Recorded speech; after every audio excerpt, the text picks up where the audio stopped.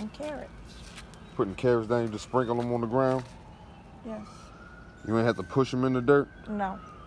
Sprinkle them over the top. Okay. Because these are carrots right here already. Yes. Okay. Next to that we have okra. It's another okra. And another okra. Where I learned to identify a lot of these plants is through the leaves. Before it even put out fruit. This is salvia. Stevia. Shit, I fucked up. All right. This is, hold up. This is collard greens. These are kale greens. We harvested them this morning. Yeah, we harvested these this morning, 9 o'clock this morning. So we picked these 9 o'clock this morning. It's 3 o'clock. Cut them, washed them, kale greens and collard greens.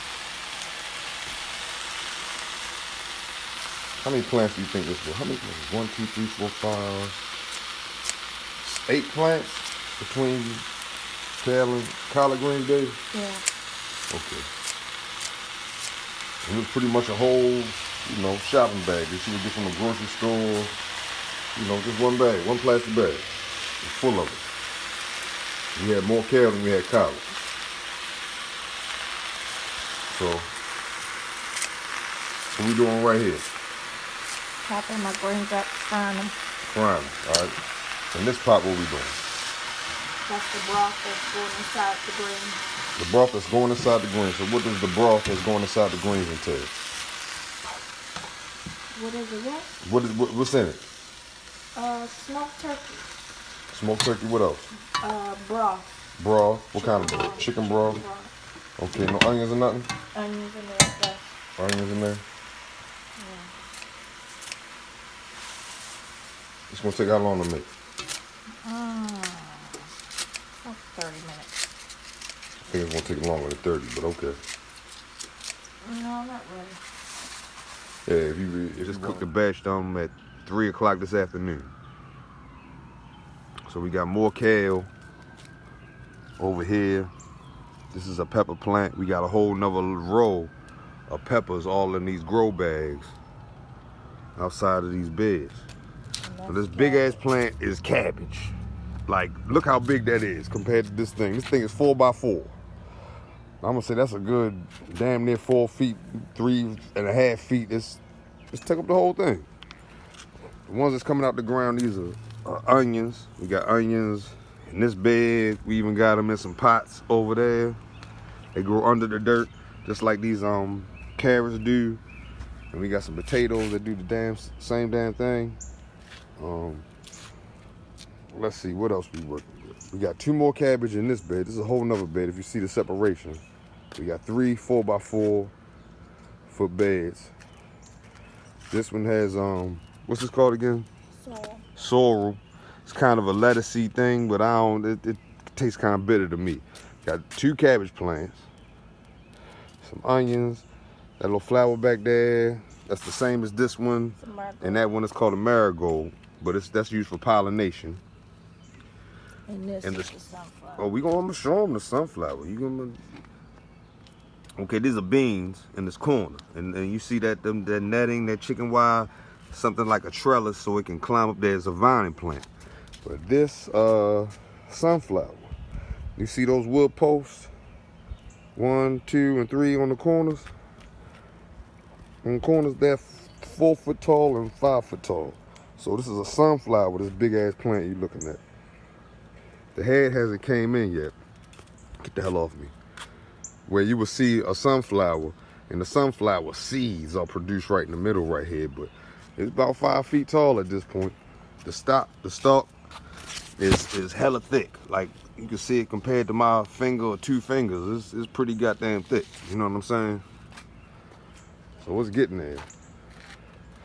Yeah, 1 leaf compared to a hand, and the cabbage, just 1 leaf compared to a hand. So, okay, hold on. Now we got all these other things we growing right here. But this is the other flower bed. This is all corn. Sweet corn, whatever the fuck kind of corn. It's all corn. Let's look at it on the ground level. We planted this, I want to say April. I think we planted this in like April or something. We first laid out these 3 flower beds in the middle of March, right when all this COVID-19 coronavirus stuff started putting everything on pause in the United States, right? In the state of Maryland, the zone 7 climate, exactly. We put out the soil, right, babe? Set the flower beds, and we had seedlings and stuff in the house, correct? All right, correct me. I started them in January. You started the seedlings in January? Yeah. Okay. So all these pepper plants was started in January. Okay, yeah. End of January. If you see these bags on the outlining of these flower beds, it is 1, 2, 3, 4, 5, 6, 7, 8 grow bags of just peppers, all assortments of peppers, green peppers, jalapeno peppers, carnival peppers. What's the shit in hot sauce? Tabasco peppers and all that kind of whatever. You know what I'm saying? Pepperoni peppers. Pepperoni, right? All right. You know what I'm saying? So you did all those in January, and they were ready on time by March, April. Yeah, April. I put them in the ground beginning of May. Okay. Now, right now, it's the end of May. It's about to be June the 1st, 2020. And, 2020 gonna be the year of the coronavirus and whatever, all kind of other shit. This pool right here, what's that, a 6-foot pool, babe? That's a 4-foot pool? Whatever the hell it is. Huh? It's a baby pool, right? Now on kiddie pool, sorry. On this left side, there's watermelon. You can see them, they trying to come. That's the watermelon trying to come. In the middle is a marigold, but on the right side, a cantaloupe. And they've been taking off. They look like they gonna make something happen before them watermelon, but we grew watermelon last year, like midsummer, and they produced, you know what I mean, some watermelon. That was pretty fucking tasty. If I had to say so myself, what you think, babe? Yes. Okay, so I'm gonna go down the line. This is lavender. We have a few other lavender plants. This is lemon balm. If you rub your fingers on it and smell it, it's so lemony. This is a tomatillo. This is a tomatillo plant that we just got. This is the tomatillo right here, babe? Yeah. All right, tomatillo is, I want to say it's like a cousin of a tomato or something to that effect. We got more lavender, purple sage. I don't know if y'all can see the color of the purple so well. These are onions, you know what I mean? Once these greens turn pretty yellow and look like they're gonna die, that's when it's time to get the onions out. We have another one too. We got another stevia. Stevia is a greenish plant, but it's resembling of sugar. It's a sweet plant, so you can use it as a sugar substitute, you know, in a way. This is cilantro. You know, cilantro is used in many recipes. It's a herb.